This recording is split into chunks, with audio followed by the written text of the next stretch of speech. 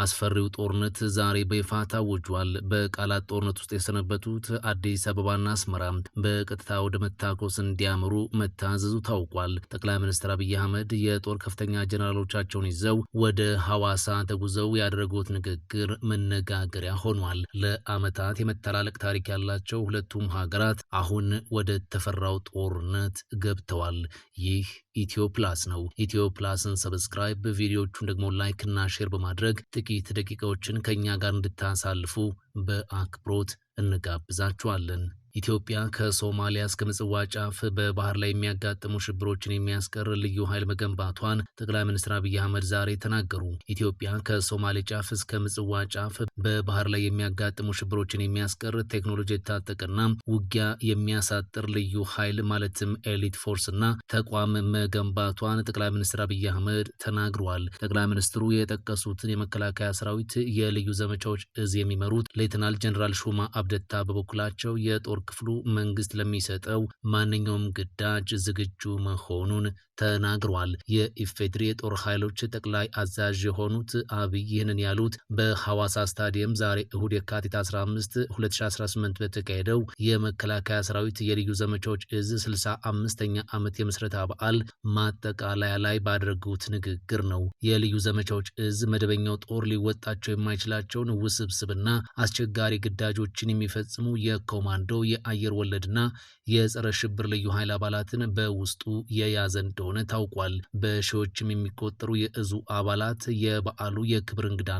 የኢፌድሪ የጦር ኃይሎች ጠቅላይ አዛዦች የሆኑት ጠቅላይ ሚኒስትር አብይ ፊት የሰልፍና ወታደራዊ ትርኢት አሳይቷል። የጸረ ሽብር ልዩ ኃይል አባላትም ከሄሊኮፕተር በአየር ላይ በተዘረጋ ገመድ ላይ ተንጠልጥለው ታጋቾችን ለማስለቀቅ እንዴት ግዳጅ እንደሚወጡ የሚያሳይ ትርኢት ለታዳሚያን አቅርበዋል። በአንድ ስፍራ ላይ የሉዓላዊነት ስጋት ሲፈጠር በሰዓታት ውስጥ በቦታው ተገኝተው ግጭቶችን የሚቆጣጠሩ እንደሆኑ የተነገረላቸው የልዩ ኃይል አባላትን የውጊያ ማርሽ ቀያሪዎች ሲሉ ሌተናል ጀነራል ሹማ አወድሰዋቸዋል።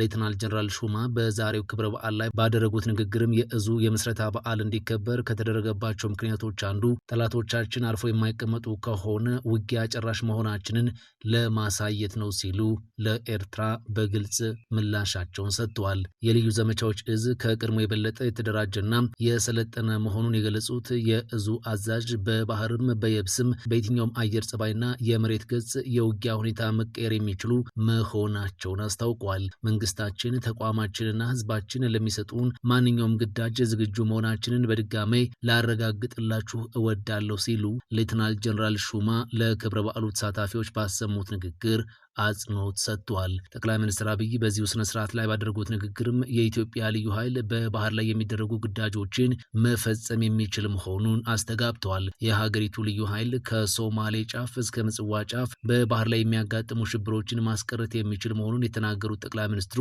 ለኢትዮጵያ ብቻ ሳይሆን ለቀጠናው ጭምር በቂ እንደሆነም አስታውቀዋል። ልዩ ኃይሉ ቴክኖሎጂ የታጠቀ ቴክኖሎጂ የሚጠቀም በድሮን ቅኝት የሚያደርግ መሆኑን የገለጹት ጠቅላይ ሚኒስትሩ አጥፍቶ ጠፊ ድሮኖች ካማካዚ በመጠቀም ምሽግ የሚያፈርስ መሆኑንም አስረድቷል። የኢትዮጵያ ልዩ ኃይል በምሽግ ብቻ ሳይሆን በስትራቴጂክ ቦታዎችና በሰላም ወረዳዎች ውጊያን የሚያጧጡፍና የሚያሳጥር ተቋም እንደሆነም ጠቅላይ ሚኒስትር አብይ አክሏል። ተቋም የምንገነባው ኤሊት ፎርስ የምንገነባው በቀጠናችን በከባቢያችን ውጊያ በቀጠናችን በአካባቢያችን ሽብር እንዳይፈጠር ነው ብለዋል። ሲፈጠርም በአጠረ ጊዜ ለመቋጨት ነው ያሉት የጦር ኃይሎች ጠቅላይ አዛዡ ኢትዮጵያ ይህንን አይነት ተቋም በመገንባቷ የምስራቅ አፍሪካና ድፍን የአፍሪካ ሀገራትን እንኳን ደስ ያላችሁ ሲሉ መልእክታቸውን አስተላልፈዋል። የኛ ዝግጅት በድፍን አፍሪካ ሰላም ለማረጋገጥ በድፍን አፍሪካ ብልጽግናን ለማረጋገጥ በቀጠናችን ላሉ ሀገራት አለኝታ መከታ ጋሻ ለመሆን ነው ሲሉም አብይ ተናግረዋል።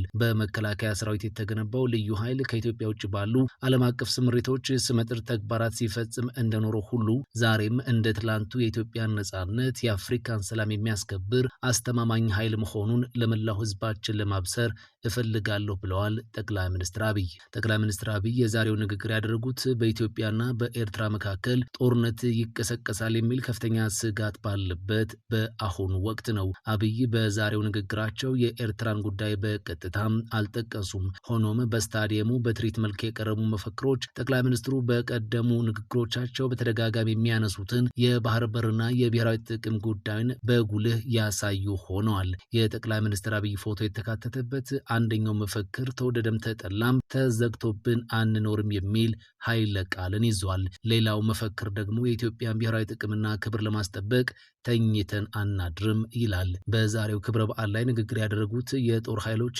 ኢታማዦር ሹም ፊልድ ማርሻል ብርሃኑ ጁላ የልዩ ዘመቻዎች እዝ በ65ኛ ዓመት ታሪኩ የፈጸማቸውን ገድሎች ሲዘረዝሩ ኤርትራን አንስቷል። የእዙ ገድሎች በደርግ ዘመንና በኢትዮ ኤርትራ ጦርነት ወቅት የተፈጸሙ እንደሆኑም ጠቁሟል። በአሁኑ ወቅት ደርዘን ክፍለ ጦሮች በስሩ እንደያዘ የተነገረለት የልዩ ዘመቻዎች እዝ የተመሰረተው በ1953 ዓ.ም የአየር ወለድ ጦር ሲቋቋም እንደሆነ ፊልድ ማርሻል ብርሃኑ ጁላ ተናግሯል። በ1970 ዓ.ም የፈረሰው እዙ ከ3 ዓመት በኋላ 5ኛ አየር ወለድ ብርጌድ በሚል ስያሜም በድጋሚ መመስረቱን ጠቅላይ ኤታማዦር ሹሙ አመልክቷል። የልዩ ዘመቻዎች ክፍል በ1977 ዓ.ም ወደ 102ኛ አየር ወለድ ክፍለ ጦር ያደገ ቢሆንም የደርግ መንግስት ከ6 ዓመት በኋላ ሲወድቅ በድጋሚ መፍረሱን ፊልድ ማርሻል ብርሃኑ አስታውቋል። ኢህአዴግ ስልጣኑን ከተቆጣጠረ በኋላ በትጥቅ ትግል ወቅት የነበሩ 4 ኮማንዶ ሻለቃዎችን ከበተነው 102ኛ አየር ወለድ ክፍለ ጦር ከተገኙ አባላት ጋር በማጣመርም አጋዚ የተባለ ክፍለ ጦር መመስረቱንም ገልጸዋል። አጋዚ ክፍለ ጦር ለውጡን ተከትሎ በብሔራዊና በፖለቲካዊ ውግንና ምክንያት ለውጡን ያልተቀበሉ መኮንኖች ባለበሌለ ማዕረግተኞችና ወታደሮች በብዛት በመክዳታቸው ክፍለ ጦሩ ተዳክሞ ከነበረበት በማንሳት የመከላከያ አመራርና የልዩ ዘመቻ እዝ አመራሮች በውጊያ ውስጥ ደርዘን ክፍለ ጦሮችን በመፍጠር ለእዝና ለቁጥጥር አመቺ ይሆን ዘንድ የልዩ ዘመቻዎች እዝ ተብሎ የተመሰረተ ነው ሲሉ ፊልድ ማርሻል ብርሃኑ ጁላ አመሰራረቱን በዝርዝር አስረድቷል። የልዩ ዘመቻዎች እዝ ኃይሉን ለማብዛት በብዙ ሺዎች ለሚቆጠሩ ወታደሮች